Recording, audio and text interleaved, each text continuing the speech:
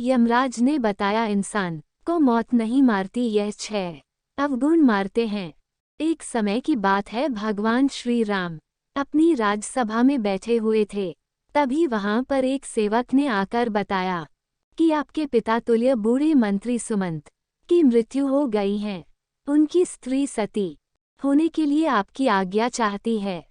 इस प्रकार श्री राम ये बात सुनकर तुरंत सुमंत के घर पहुंचे और वहां पर जाकर उन्होंने सुमंत की जन्म कुंडली मंगवा कर देखी तो पता चला कि सुमंत की आयु तो 9,999 वर्ष और 11 महीने की थी, जिसमें से सारी आयु तो बीत चुकी थी, केवल 9 दिन शेष बचे हुए थे। ये देखकर प्रभु श्री राम ने गुरु वशिष्ठ को बुलवाया और उनसे कहा, हे गुरुदेव, सतयुग में मनुष्य की आयु 1,00,000 वर्ष की निश्चित की गई है, त्रेता युग में 10,000 वर्ष की निश्चित की गई है, द्वापर युग में 1,000 वर्ष की निश्चित की गई है और कलयुग में 100 वर्ष रखी गई है।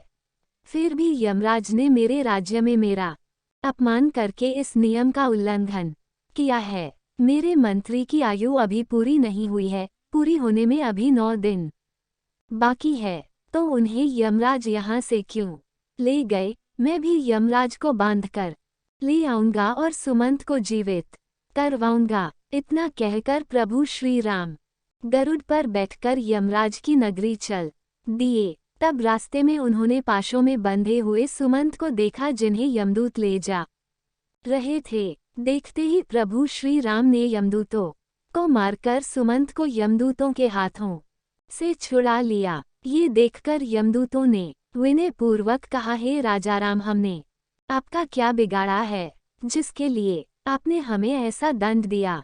प्रभु श्री राम कहने लगे, यमदूतों, अभी इनके जीवन के 9 दिन अभी बाकी है, तो तुम इन्हें पहले ही क्यों ले जा रहे हो? जब इनके दिन पूरे हो जाएंगे तब आकर तुम इन्हें ले जाना, तब मैं कुछ नहीं कहूँगा। इस प्रकार प्रभु श्री राम की बात सुनकर यमदूत कहने लगे कि हे राजाराम, इनका जन्म अजीब तरह से हुआ था। पहले दिन इनकी माँ की कोख से दोनों हाथ और मुख बाहर आए थे और धीरे धीरे उनके पूरे शरीर को बाहर आने में पूरे 9 दिन लग गए थे। शुभ मंत्रों से पंडित ने इनकी रक्षा की थी, इसलिए इनका नाम सुमंत पड़ा। प्रभु, आप जो इनके 9 दिन बाकी बता रहे हो वे संदिग्ध है, इसलिए हमारा कोई दोष नहीं है। आप इन्हें व्यर्थ ही हमसे छीन रहे हो और हमको व्यर्थ में मारा है। इस तरह यमदूतों की बात सुनकर प्रभु श्री राम ने कहा, हे यमदूतों, जिस दिन माता के गर्भ से इनका अच्छी तरह जन्म हुआ है वही जन्म का दिन माना जाएगा। जिस दिन इनका जन्म का उत्सव मनाया गया है, वास्तव में वही जन्मदिन होता है। अभी इनके 9 दिन बाकी है, तुम लोग जाओ और 10वें दिन आकर इन्हें ले जाना, तब मैं तुम लोगों को नहीं रोकूंगा। इस तरह यमदूतों को फटकार कर प्रभु श्री राम ने भगा दिया।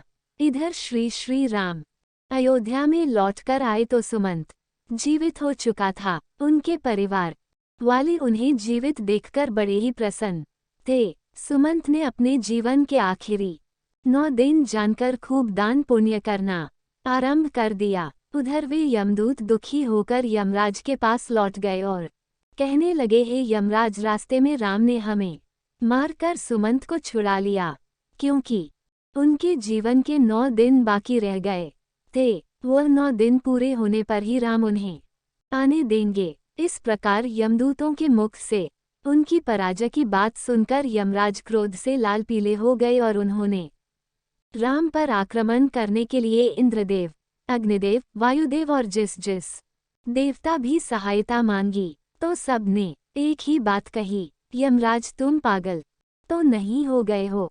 जो विष्णु भगवान के साथ युद्ध करना चाहते हो, चुपचाप यहाँ से अपनी यमपुरी लौट जाओ। श्री राम का तुम क्या कर लोगे? जब सब ने यमराज की सहायता करने के लिए मना कर दिया तो यमराज अपनी ही सेना लेकर श्री राम के साथ युद्ध करने के लिए अयोध्या को चल पड़े। वहां पर पहुंचकर चारों ओर से अयोध्या नगरी को घेर लिया। यमराज द्वारा अयोध्या नगरी को घेरा हुआ देखकर प्रभु श्री राम ने लव को यमराज से युद्ध करने के लिए भेजा। राम के छोटे पुत्र लव और यमराज के बीच भयंकर युद्ध होने लगा। लव के बाणों से यमराज के सभी योद्धा क्षण मात्र में ही धराशायी हो गए। उन सबकी यह हालत देखकर यमराज और भी ज्यादा क्रोधित हो उठे। अंत में यमराज ने लव पर अपना यमदंड छोड़ दिया। यमदंड को देखकर लव ने यमराज पर ब्रह्मास्त्र छोड़ दिया, जिसे देखकर यमदंड वापस लौट गया और लव के द्वारा छोड़ा हुआ ब्रह्मास्त्र यमराज के पीछे पड़ गया। ब्रह्मास्त्र का देखकर यमराज प्राण बचाने के लिए भागने लगे। उधर जब सूर्यदेव ने देखा कि ब्रह्मास्त्र से यमराज का बच पाना मुश्किल है तो घबराकर सूर्यदेव राम के छोटे पुत्र लव के पास आए और प्रार्थना करने लगे, हे पुत्र, इस ब्रह्मास्त्र को लौटा कर यमराज के प्राण बचा लो, क्योंकि तुम हमारे ही वंश में उत्पन्न हुए हो और यह यमराज मेरा ही बेटा है। क्या तुम अपने पूर्वज यमराज को मार डालना चाहते हो?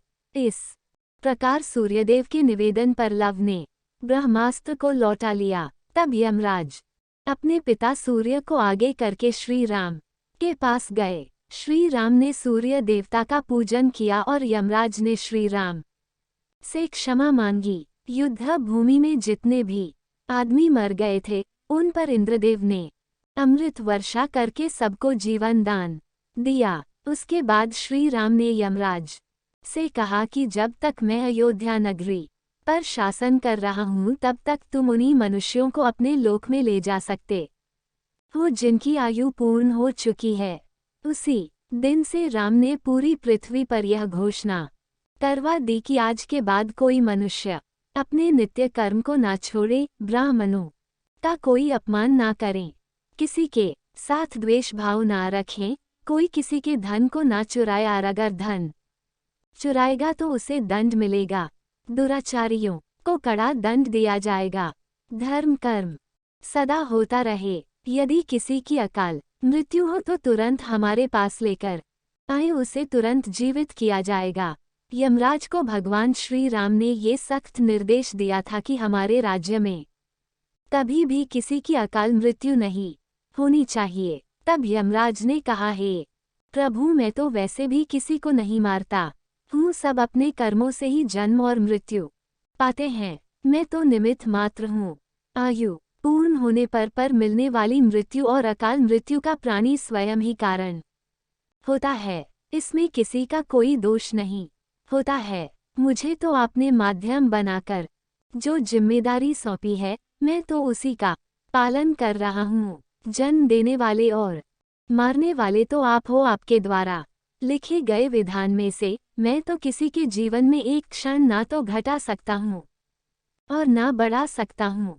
ये तो आपके हाथ में है भगवान। आप चाहे तो मृत्यु का समय पूरा होने के बाद भी प्राणी को आयु प्रदान कर सकते हैं।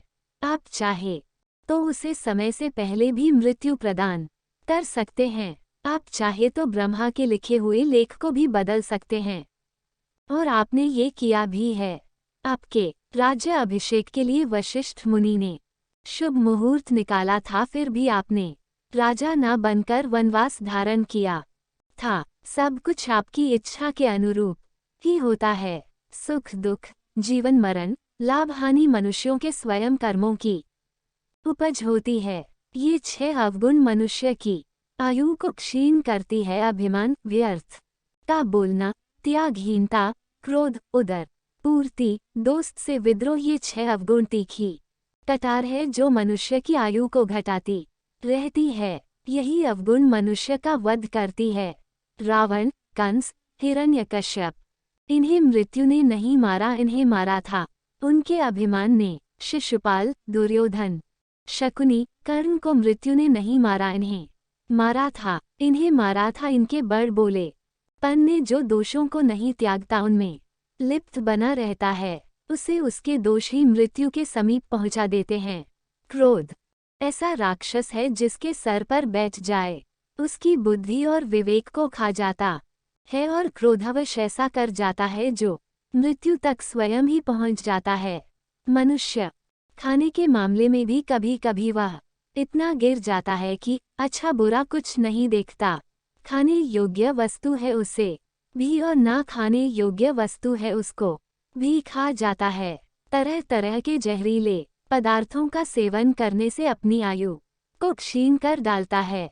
इसमें मृत्यु का क्या दोष है? दोस्त के साथ जो बुरा बर्ताव करता है, उसे धोखा देता है, उसे अपमानित करता है, वह भी मौत से नहीं अपने ओछे कर्मों से मरता है। प्रभु श्री राम को प्रणाम करके यमराज अपनी यमपुरी लौट गए। जय श्री कृष्ण।